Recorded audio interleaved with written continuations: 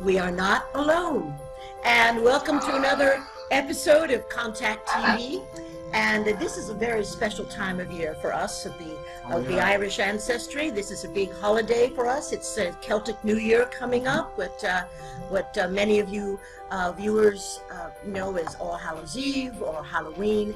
And we are welcoming back actually a gentleman who appeared with us on our first episode of Contact TV when we went to the visual format that we have now. Yes. And we are welcoming back our friend Ahonu, and I just want to say a few words about him. Ahonu is an author. He has an amazing book called The Reincarnation of Columbus, which you should all order. And he's also a visionary artist, motivational speaker, spiritual teacher, and radio host of the Honest to God series, who, along with his twin flame wife, Aingeal Rose, has helped countless people all over the world grow in personal power and self-mastery through their books, their weekly online Akashic record sessions, their weekly radio shows, and their simple but highly effective 8 Steps to Freedom program. And together, Ahonu and Aingeal founded Holistic Ireland, the World of Empowerment Organization, and the Spirit of Love Project, and most recently, Twin Flames Publishing. And they have combined over 50 years of metaphysical and psychic experience throughout the United States and Ireland. They are master tarot readers and authorities on Akashic records and hold certifications in psychic laser therapy. I've got to ask what that is. I don't know what that is. It sounds incredible. Psychic Cathara healing, soul retrieval, Reiki, and cellular repatterning. And Ahonu has also held workshops in manifesting, self-healing, working with homeopathic color remedies, beginner through advanced tarot, visionary art, and much, much more. And he has a wide range of metaphysical ebooks that you can easily acquire through Amazon on Kindle for the Kindle format. And also, please do visit the website, Ahonu, AHONU.com, for more info. And with all of that being said, we are so happy. Speaking to us directly from Oregon, I believe, today, Yes, we welcome Ahonu. And how are you doing, thank you. sir? Welcome. Great. It's great to be back with you again. And you know, at this time of the year, it's great also to reconnect with what you know about Ireland, because I know what it's like when you're living across the water for so long. Yes.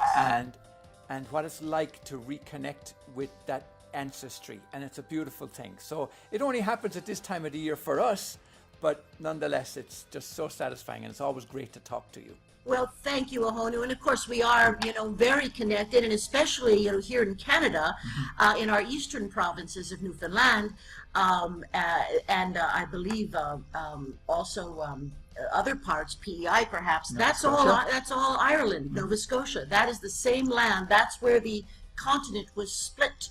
So literally, we've got lots of wonderful people of Irish ancestry living on the rock, as we say, in Newfoundland.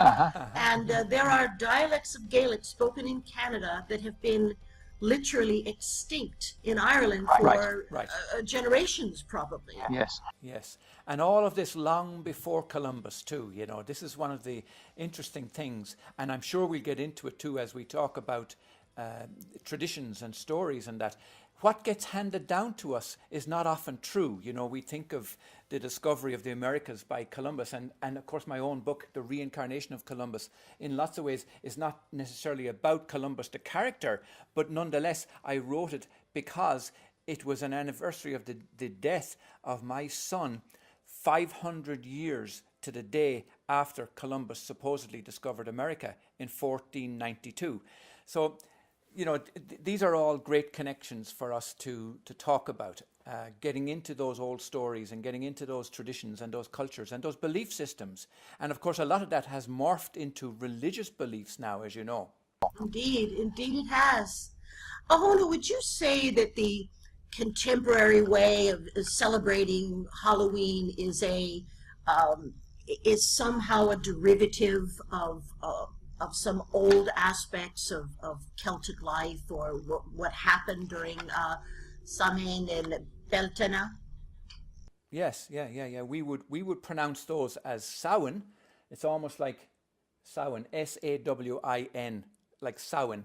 And we call, in America, the other it's called Beltane, I think they call it. Yeah, Beltane. It's like kind of an anglicized version.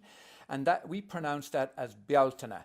And that comes from Baal Tina. Tina is fire, and from the pagan god Baal. So it's the burning of the fires. Yeah. So there's all kinds of... In God Yes, Baal. Yes, Baal. Yeah. But you can see, just from that little explanation alone, you can see how corrupt all of this has got. So that now when you talk about Halloween in the United States, for example, I can't speak for Canada, but certainly in the United States, it's all about the $6 billion that people spend on candy. Apparently, it's the second biggest season after Christmas. Yeah. In terms of commercialization. And like that aspect of Halloween is not what I connect with.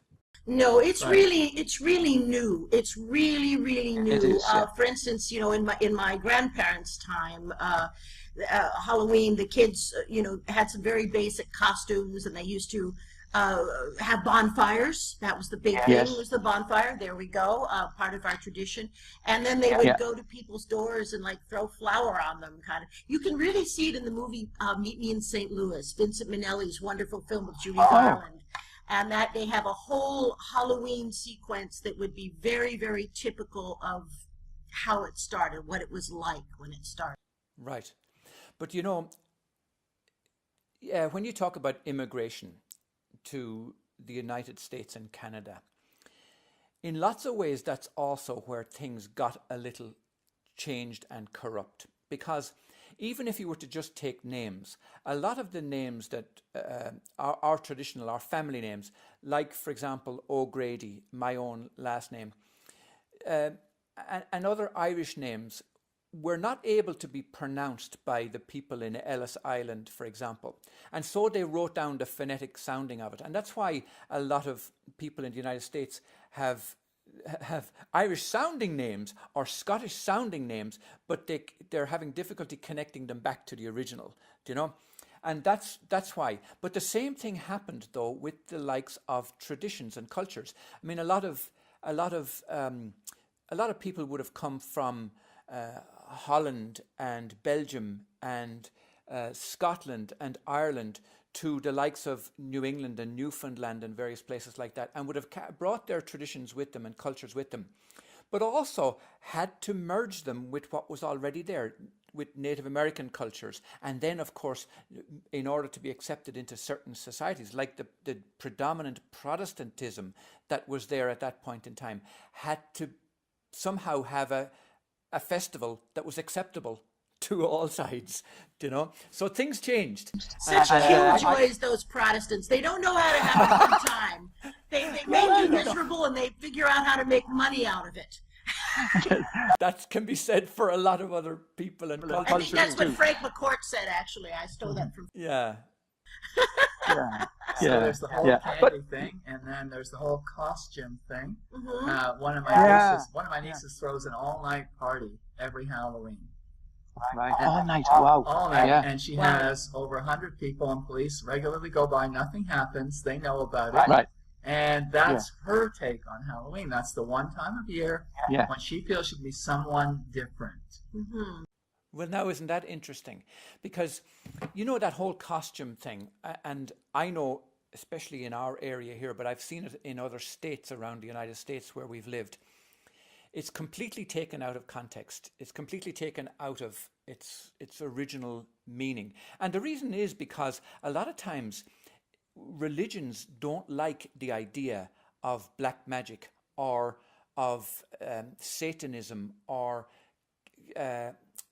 not even Satanism, but the dead. They don't like to speak about the dead. And that is so different to the original context. And I'll get to the costumes in a second. But in the original, as you know, that Celtic festival of Samhain was where people wore costumes to ward off the dead. Because at that time of the year, you just have to consider that when we come into the 31st of October and the 1st of November, you're talking about the end of summer and the beginning of winter. So it's likened, it's superimposed upon the human existence, that it's the death of all that was good, and you're now moving into the underworld, and you're moving into darkness, and the sun is gone on for another 6 months. So you're into the time of the dead. And it was also the time when the veil between the worlds was at its thinnest. And because of that, you had a lot of people you had the living who were able to communicate with the dead during that period of time, but you also had the dead who were communicating with the living. So there was this crossover that went on, you see. Now, the thinning of the veils. And that was also the time when, if somebody was going home in the dark, for example, or after being in the fields or at work or whatever, they would dress up as a ghoul or a ghost, so that the ghouls and the ghost would think that this was one of their own and wouldn't touch them. So that's the origin. That's the origin of the. That's it, huh? Oh my goodness. What about Donald Trump lookalikes? What do they get? Yeah, really. Don't go there. He's one of us. Yeah, right. How about Yeah, I know. Right?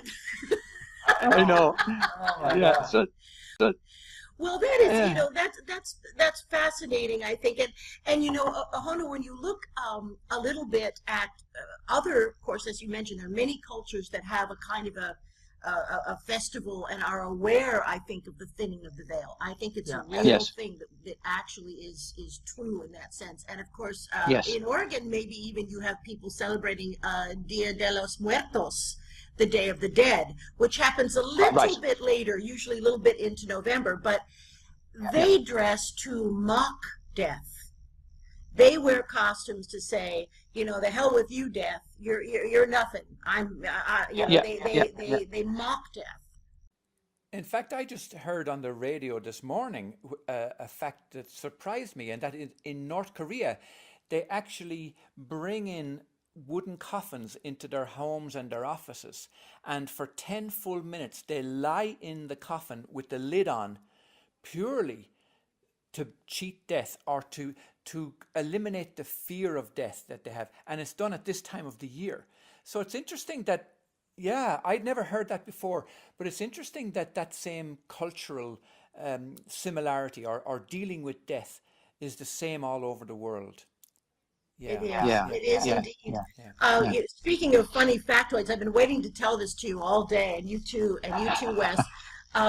This was actually in some of my readings, but that pretty much every Christian sect, from the Catholics and the Anglicans and such, have some form of communion. Meaning some bread and some wine. You go down south to the Baptists, and they've got a saltine cracker and some Welch's grape juice. That's what's going on down there. But anyway, that very ceremony, which we as Catholics and Anglicans are always told represents the Last Supper of Christ, has nothing to do with the Last Supper of Christ. There was a very sacred rite to Osiris in ancient Egypt, where the worshippers would come to the priests, and they made these flat wafers that represented body parts of Osiris. And so you would ingest the body part of Osiris, and therefore be carrying part of the god within you. So that's interesting. This idea of almost it's almost a cannibalistic, this idea, it used to always bother me as a kid, that the host transforms into flesh. I don't think they focus on that anymore, but that's the kernel of the idea, and it has nothing to do with Christianity, nothing to do with the Last Supper. It is a retooled rite of Osiris. But without getting into religion bashing, and I'm saying this because I'm coming from Holy Catholic Ireland, where I was an altar boy and I was going to be a priest and all those kinds of things, right? So, I've had it up to here with that religious indoctrination. But you are right when you talk about eating the body of Christ. I mean, how gross is that even as a concept to a child? And then I can remember also not only battling with that and trying to deal with it in my head, but also I'd look up on the walls of the church, and you'd see this man hanging on a cross with blood pouring out his palms and blood pouring out from across where a crown of thorns was put on his head and blood pouring out from his heart. And like, I just thought, this is a place of torture. That's absolutely outrageous. The Sacred Heart that would be external, that always used to bother me. But this idea that, and I remember way back when, I don't think this is true now, but it was always a mandate that you couldn't chew the host.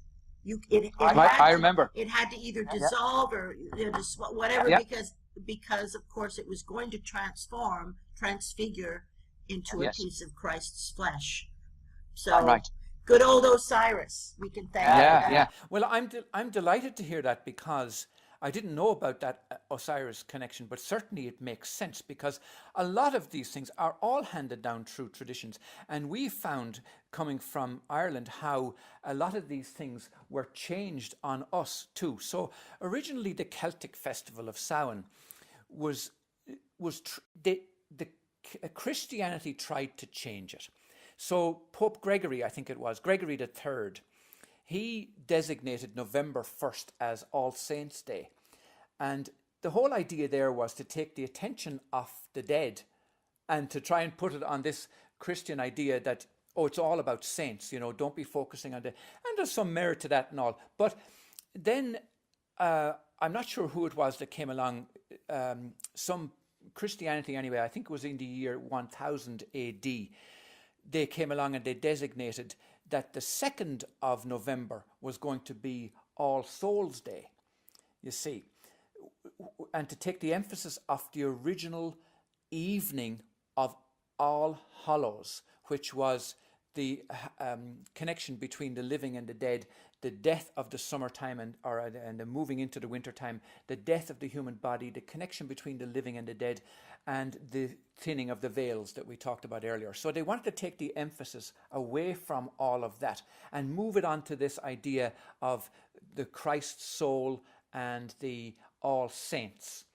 And, it didn't work. It didn't work. It has worked to a degree, but it didn't work in the sense that what they had to do was they had to incorporate a lot of those traditions into the new belief system. We've seen that with the coming of St. Patrick, for example, in 432. A lot of the traditions had to be incorporated into Christianity because why? They couldn't get rid of them, They just...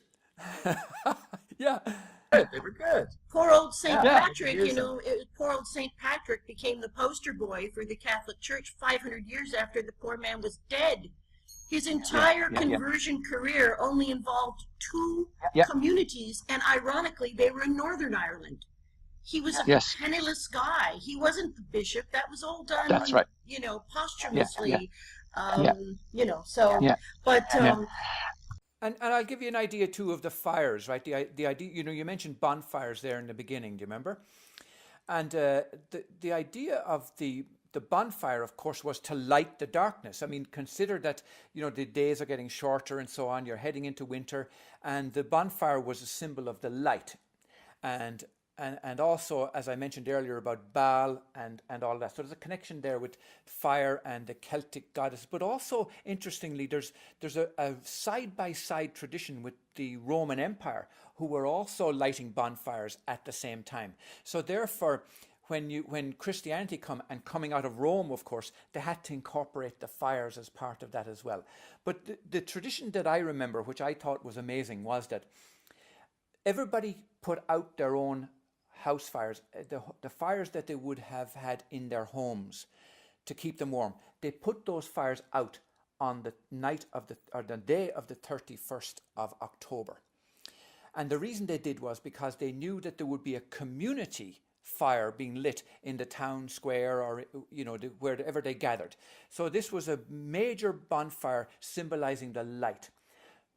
But because it was a fire that was being dedicated to the thinning of the veils and the honoring of the dead and the ability to be able to communicate with the dead, and the fact that the dead weren't really gone, they were still there, we could still love them and communicate with them and all of that. What people did was they took a light from that central community fire and brought it back to their homes and lit their home fires with that community light. So you can see how that then became their fires in their own home then became an extension of the community, you know. And these are beautiful traditions, and they're not carried on very much to this day, but that's where the origin of the bonfires was. And of course, then you had the likes of Guy Fawkes. You know, he carried out that act on the Houses of Parliament. He was that close. He was that close. But he did that, you see, at Halloween. And so the English celebrate that aspect of the fires and the fireworks as being what happened to them in their history at this time of the year. Yeah, they're big on that. Do you think at this time now, Ahonu, in this 31st of October, would there be practitioners of indigenous Celtic religions conducting ceremony? Oh yes, indeed. It's actually been revived, and I find this really interesting because a lot of modern religions and you know the technology age that we're in, people miss a lot of what went on in the culture in those ancient times, and now they're returning to it. And a lot of places like the Hill of Tara, for example, and the Hill of Ishnok, they really come to life again at this time of the year. There's people dressed up as Druids and Celts, and oh my God, it's absolutely marvelous. They bring out horses and they decorate, they wear, you know, they dress up in their costumes also, but they're doing it for the reasons, the original intention. Not just to, you know, who's going to be the spookiest looking for our competition. Do you know what I mean? It's actually dressed up for the real reasons, those traditional reasons. And then they dance around the bonfire and they protect themselves from evil spirits. And this is all part of that tradition. And it's a wonderful thing. And it is growing again in popularity. It always was popular when I was growing up, but now it seems to be coming mainstream, actually. Which is great. Excellent. I think it's great. Excellent. Yeah. And would this also be going on, you know, in Scotland, in Wales, or have they become so Protestantized that that's less common? And also, of course, you know, Cornwall. Those are all Celtic people. The Isle of Man. You know. That's right. So is Ireland really the torch holder for the return to the indigenous religion? You know, I'm not sure about that, and I'm guessing, and I'd venture to say that it's happening all over. And the reason why I'm venturing to say that is because I think that there is a growth of awareness happening all over the world. And that awareness also is going backward in time as well as forward in time. So I think that people are beginning to embrace a lot of the thinking and the ideas that were there in the past. Not that it's living in the past, but that those people had an awareness of what was going on in the bigger picture that we've lost. And so I think they're bringing a lot of that forward now, and also bringing a lot of potential from the future in terms of the ability of the human mind to be so creative and godlike, that they're starting now to merge that huge potential. And so I'd say that a lot of those traditional cultures, the likes of, you mentioned the Isle of Man, and also in parts of Normandy and in France, you know, they would have had a Celtic origin to them, and I'd say that they're also embracing these Celtic festivals in a bigger way. Well, there were Alpine Celts. There were Celts. Our people maybe originally came from Eastern Europe. In fact, you know, I know Wes has a question here, but I did want to talk to you in a minute about the Tuatha De Danann in just a moment. Oh, fine. Carry on with So I want to ask you, which is a segue into one of the services you and your partner, your twin flame, offer. I have done tarot readings over the years, and I have 2 decks behind me there. Do you and your partner do a specific reading around this time? Because a lot of people I know do a reading that coincides with special festivals or events in their lives. Do you folks do that? No, but I'm going to answer you with something that is going to be a great help to you. And that is that at this time of the year, you know, we mentioned about the thinning of the veils. So traditionally, a lot of shamanistic type people matchmakers especially, but those also who would do predictive readings, especially at this time of the year. And the reason was because they could access this part of consciousness where the veil was thin. So in terms of tarot reading, of course, the church outlawed all that, and they demonized tarot and all of that, said it's the work of the devil and so. But really, what the tarot card was a stimulant to accessing intuition. It was a method of accessing parts of their awareness that they wouldn't normally access. And so that's where that tradition comes from. But to answer your question about us, what we do, Aingeal Rose spent, 15, 20 years reading tarot. But now she has a book out called Beginning Tarot. You can find it on Amazon, Beginning Tarot, and look for Aingeal Rose. Let me spell it because it's an awkward spelling. It's the Irish word for angel, but it's spelled Aingeal. Aingeal Rose. Aingeal Rose. And you'll find that book on Amazon, and it's great.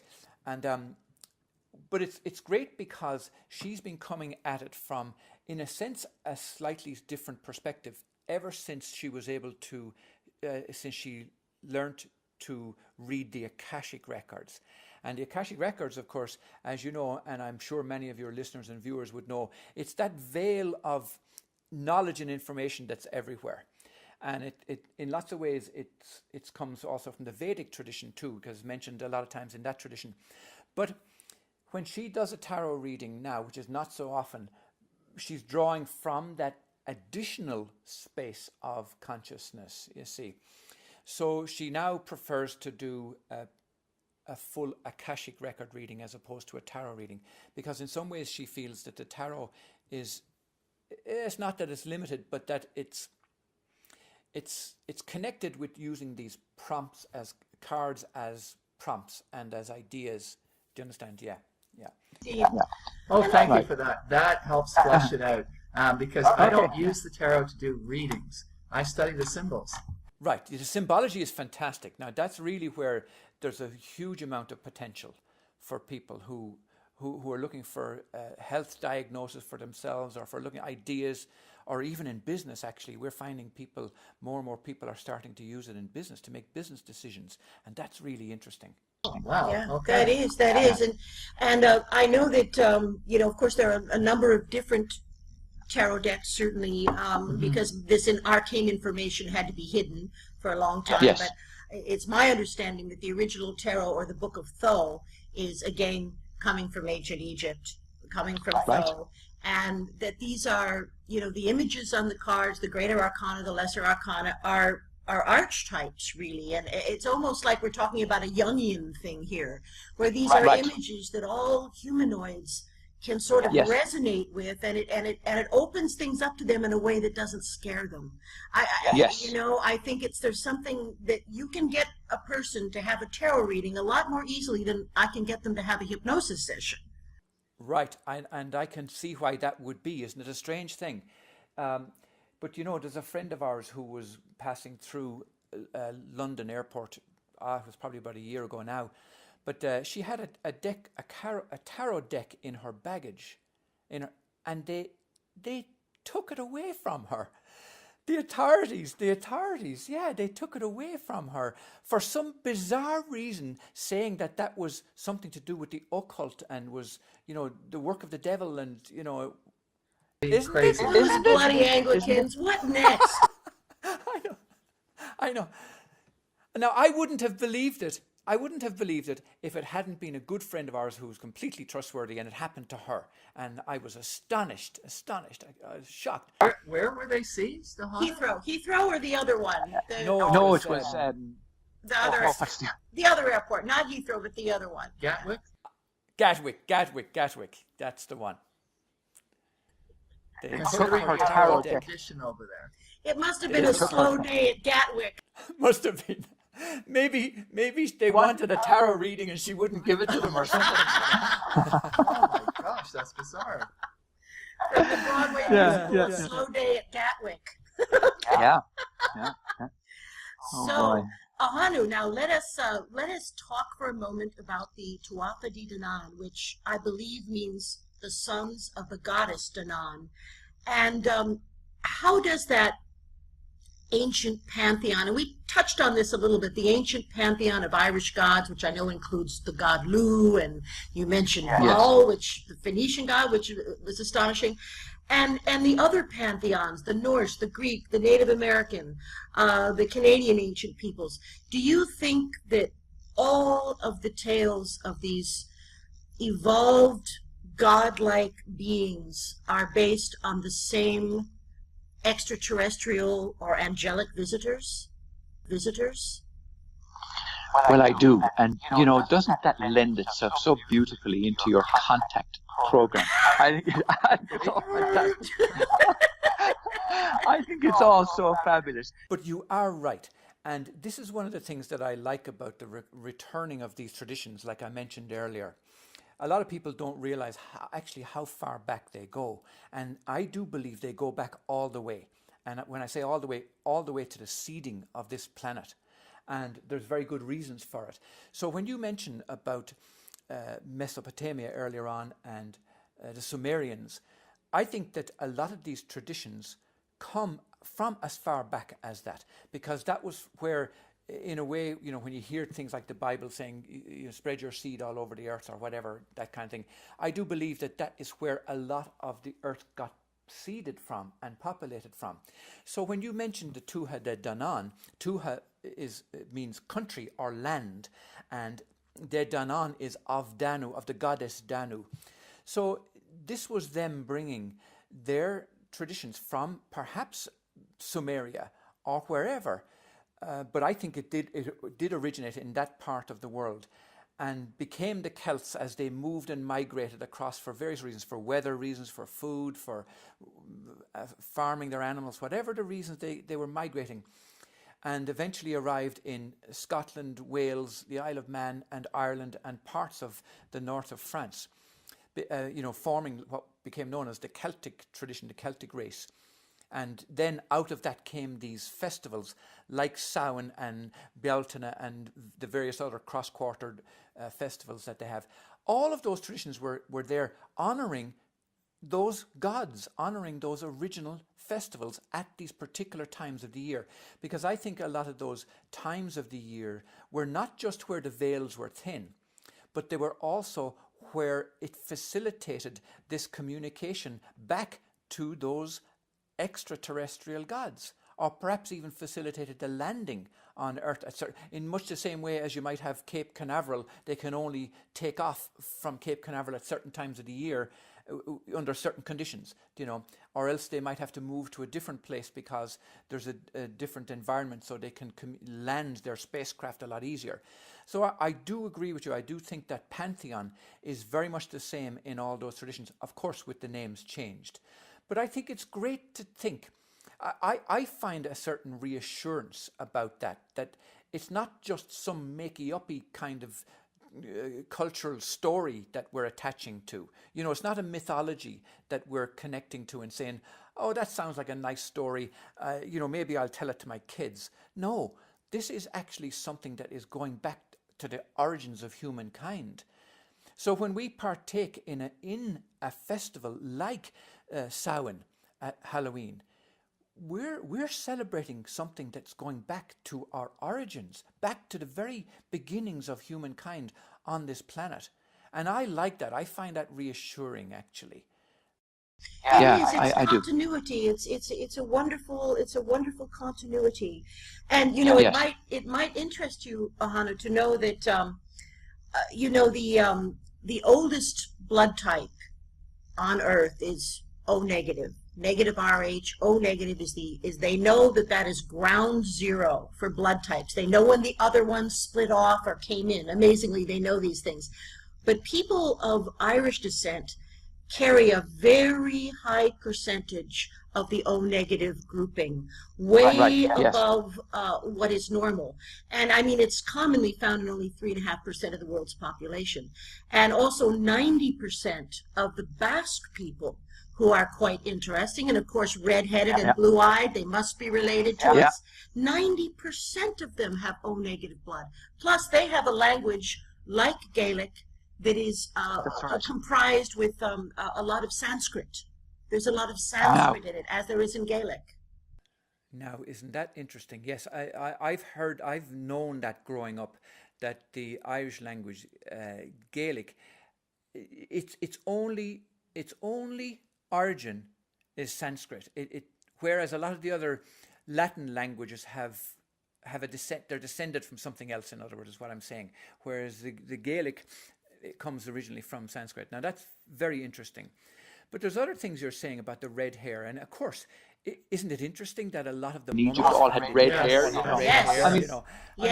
Well, that's just, Ahonu, you know what has just happened. And of course, all the Egyptian archaeologists have their, they have their burqas in a knot, because what has been discovered after, elaborate DNA testing is that the Old Kingdom pharaohs, of which, King Tutankhamun would have been one of them, are not Egyptian.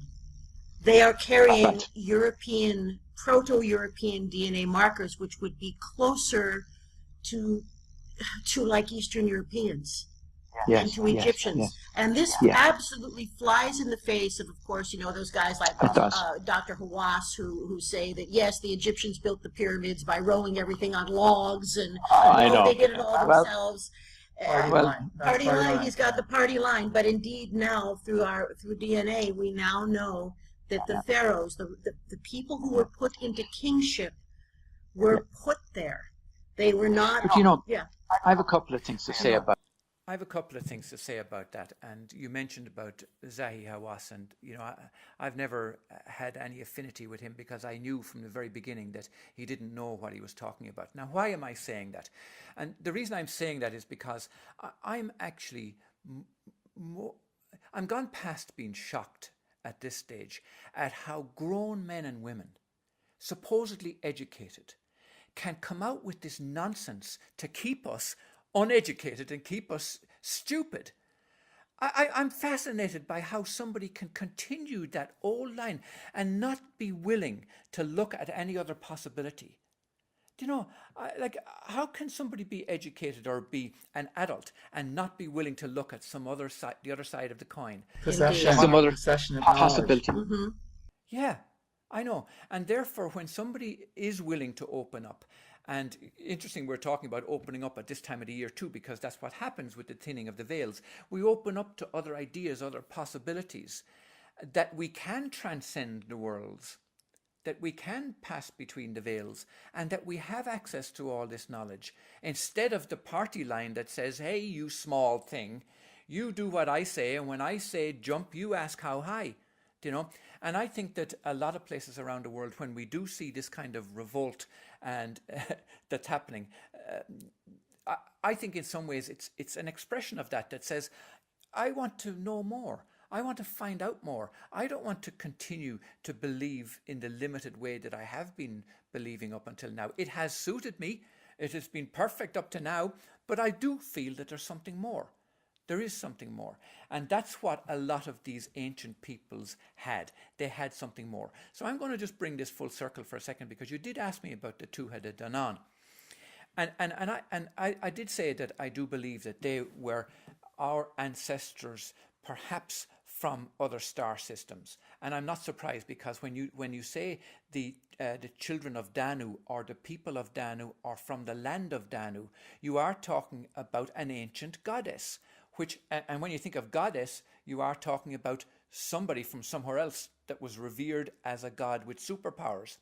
Now, the two-headed Danann were also superseded or defeated by the Fir Bolg.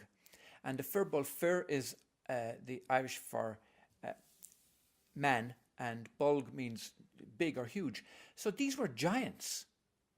And that's also where you have that place in the north of Ireland called Giant's Causeway. Now, it is a natural formation in the sense of it's volcanic rock, octagonal-shaped volcanic rocks. But there's a footprint there in the rock of a giant.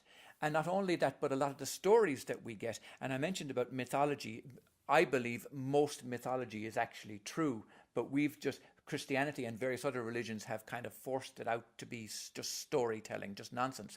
But in that mythology of the Giant's Causeway, you do have giants stepping across from Northern Ireland into Scotland. Now, how were they able to do that? I think it's 32 miles across. But if you're a giant, that's not going to be any problem to you, you know? Like you're probably just, you may not even be wading. It might be up to your ankles and you're just stepping across the causeway, you know? So it's called Giant's Causeway.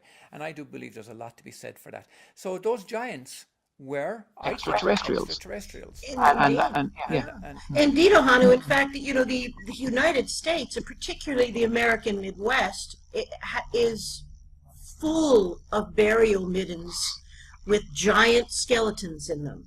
Yes. Now, there was a great scandal because one of these great mounds was some archaeologists from the Smithsonian came around in the 20s, I believe, or 1930s, and they excavated one of these great mounds, in fact, many of them, and the skeletal remains flew so much in the face of the standard, you know, party line, again, about Darwinian evolution, that our own institution burned those skeletons and tried to hide it for almost a complete century. There was a deathbed confession from one of these archaeologists who worked for the Smithsonian a couple of years ago, and he described what happened.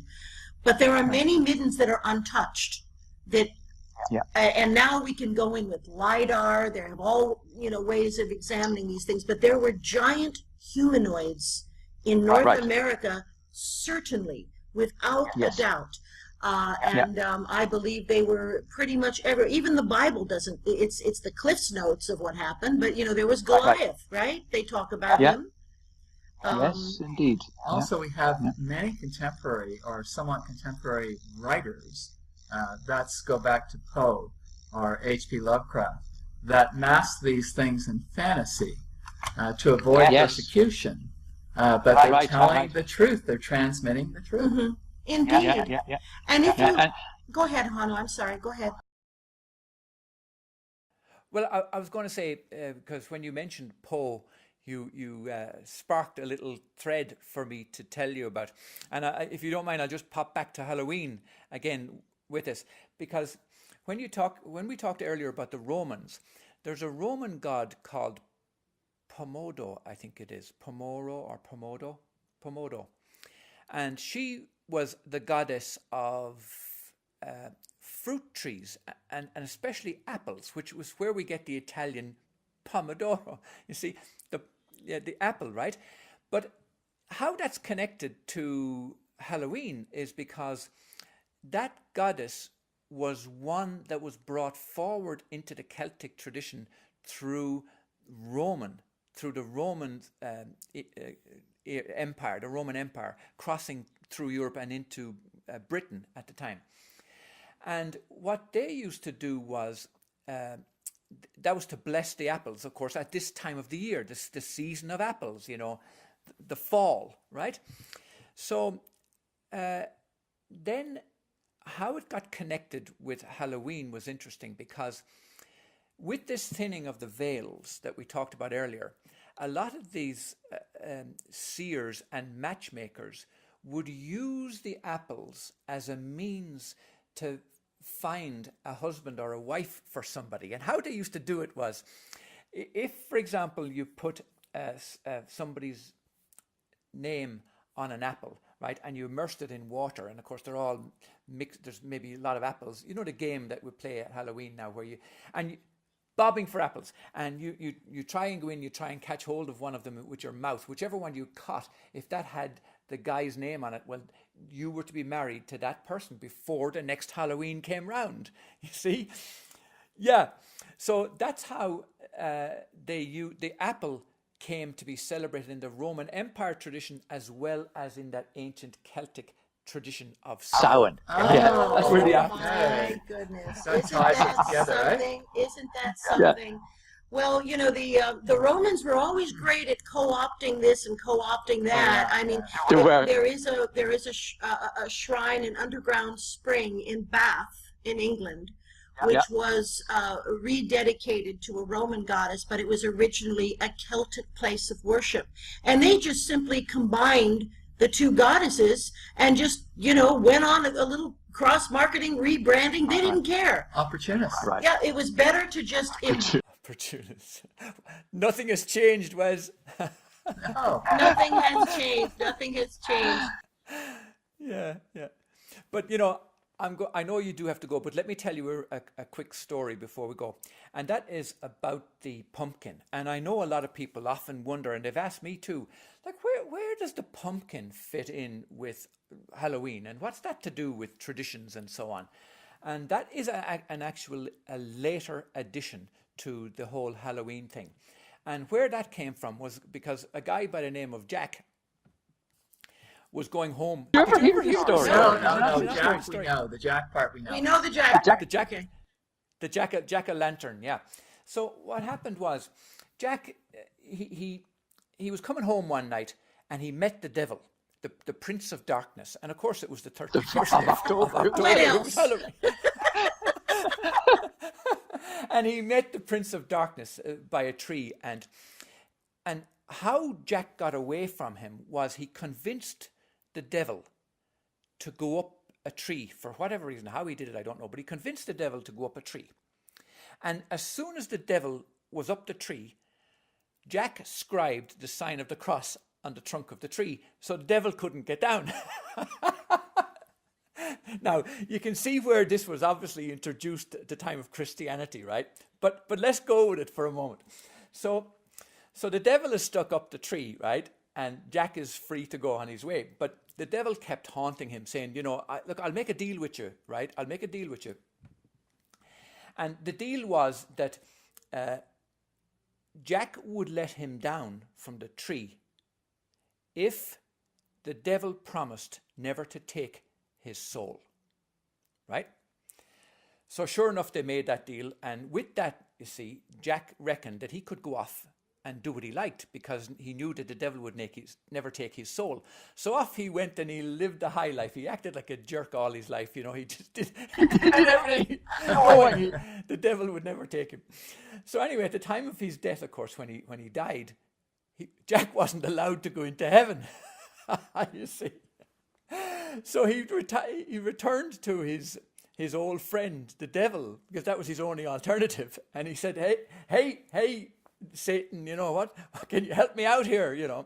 We had a deal, right?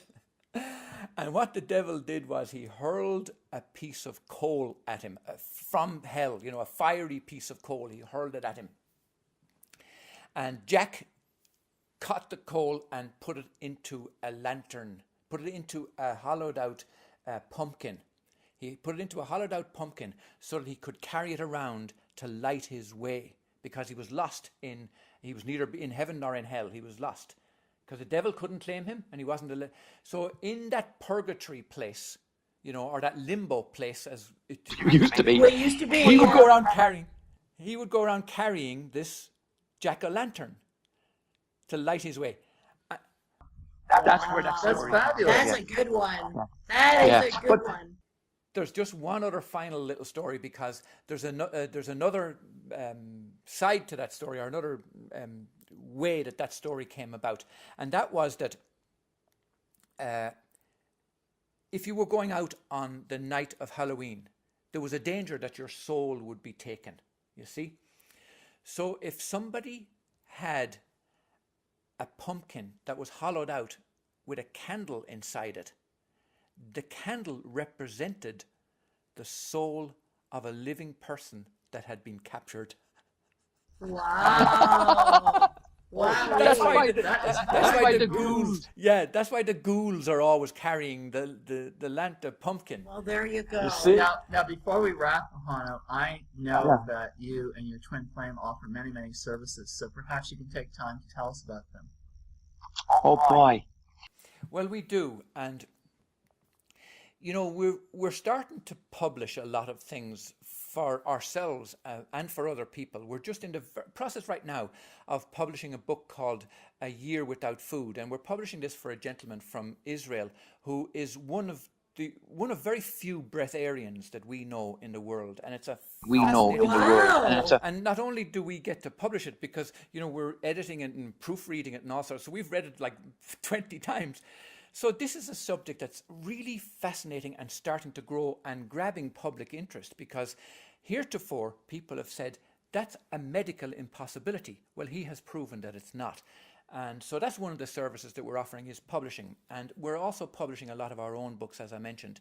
And we have written 100 books of answers from the Akashic Records. We've only got 13 published so far. We are in the process slowly rolling out publishing the others, but that is an amazing collection of questions and answers that people have asked us over the years about Akashic Records, and they're usually kind of global questions: what's happening to the world, or, you know, are aliens real, or whatever.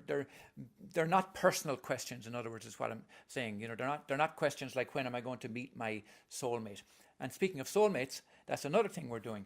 We are this next week rolling out a course on soulmates, and after we finish that course, we're going to go into twin flames. And both these courses address how to find your twin flame, how to tell if you're married to a soulmate or a twin flame, how to tell the difference between them, and all kinds of other benefits as well. And there's a lot of giveaways that we're giving as part of that. And so they're courses. So we're doing the publishing, we're doing the books, we're doing courses. And another thing that we're doing lately, when you mentioned Halloween, and it sparked me to mention it to you, is a manifesting tree, because a lot of people use this time of the year not only with reading tarot cards, but also for manifesting, because the veils are thin. So we've created, Aingeal Rose actually is her idea, and I thought it was fantastic, so I jumped right in on it, is to create a series of manifesting trees that people can use to manifest their own desires. So they can use these trees to, you know, meet the love of their life for relationships, build their business. We've actually used it in a corporation already, where they're already manifesting some amazing results, I mean. And how it's used is very simple. It's just an image of a tree, but it's got the roots in it, because the roots are what gets the nourishment out of earth. So if you fill in the roots with what you want your new roots to be. In other words, if it's a relationship, then it's going to be deep love, deep connection, sense of oneness, combined likes and desires, you know, all that kind of thing. And that manifests into the tree, because an apple tree can only bear apples. So when it manifests into the leaves and into the fruit, that's where you put your manifested output. So that might be, like in the case of a business, let's say, that would be the services that you offer. You know, the fruits of my tree are the services and the products that I offer. And we've seen this work like magic, absolute amazing for people personally and in the business world. So that's another thing we're doing, is the manifesting tree. So if somebody was to connect with us on our website, Aingeal Rose and Ahonu.com, or even just my own Ahonu at my Ahonu.com, AHONU.com, you will find details about that. And we will be doing more of that as time goes on, because what we're finding is people saying, well, can you do us a special manifesting tree for relationships? Can you do a special manifesting tree for me getting a car, or getting a new job, or, you know, multiple different purposes and reasons. And that's also very exciting. And let me think, there's lots more. Oh my God, we've got so much. We've got so much going on. It's what?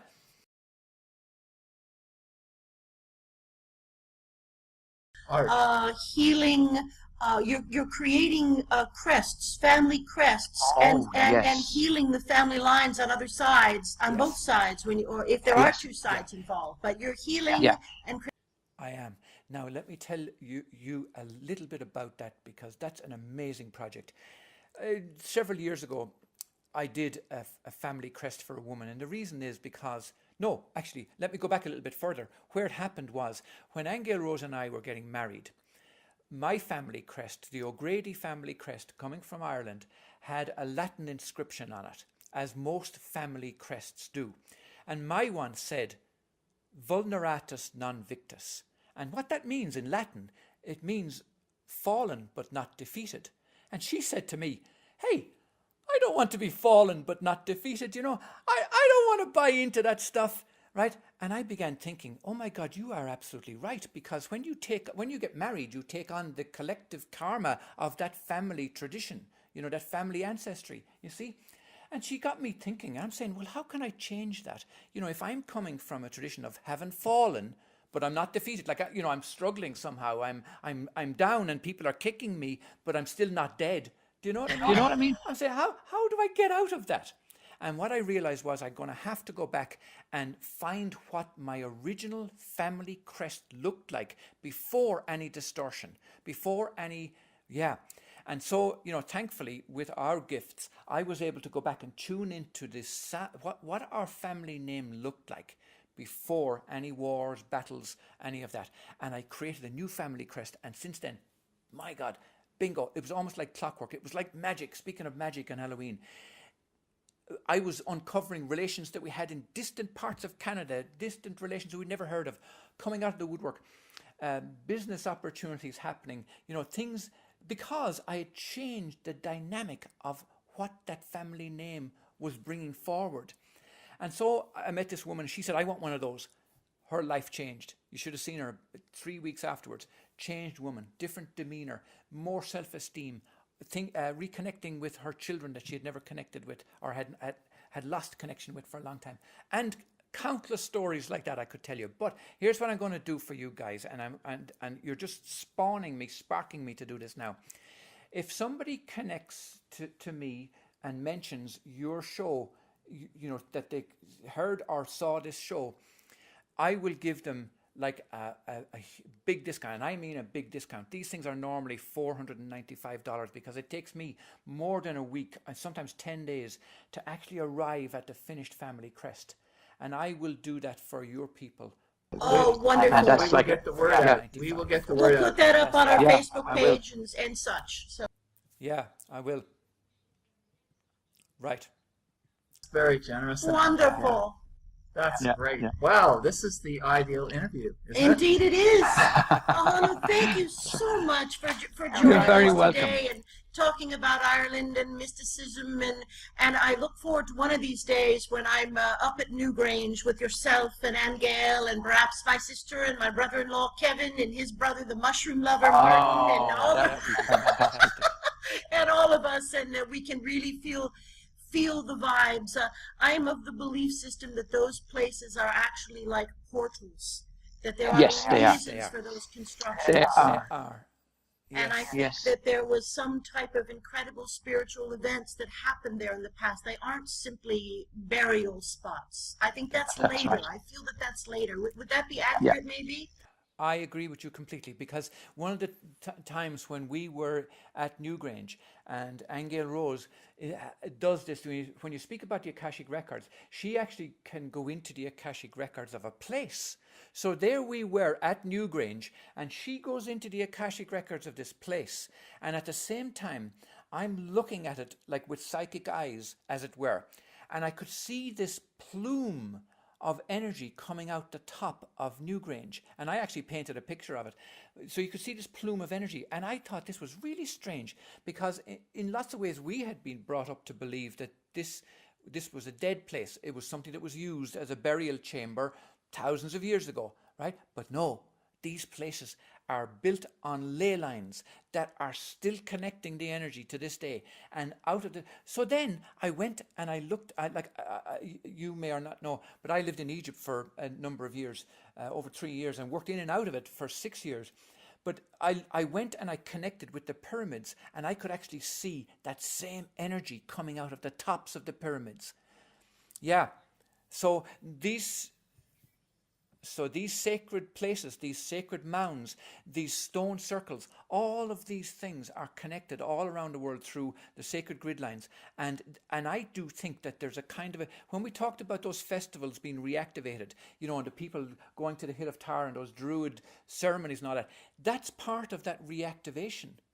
That's part of this growth of awareness. That's part of this reconnecting with our higher selves with an aspect of us that can cross the veil. And I think that is a beautiful development. So we're fortunate to all be here right now, aren't we? We are. This is a very, indeed, we all chose yeah. to come into the physical plane to help others with the great transition, the great upgrade. And That's right. is it about time? Oh, we could go on. Well, I know. Every blessing to you and Aingeal for a totally lovely Samhain and everything else that you're doing. We really appreciate you speaking with us today, and always a joy. Yes. And thank you so much again. Thank you. It's a pleasure. It's been a divine pleasure. Bye-bye. Blessings. Now. Thank you. Again. Bye-bye. Goodbye. Bye-bye. Good night. You have been listening to Ahonu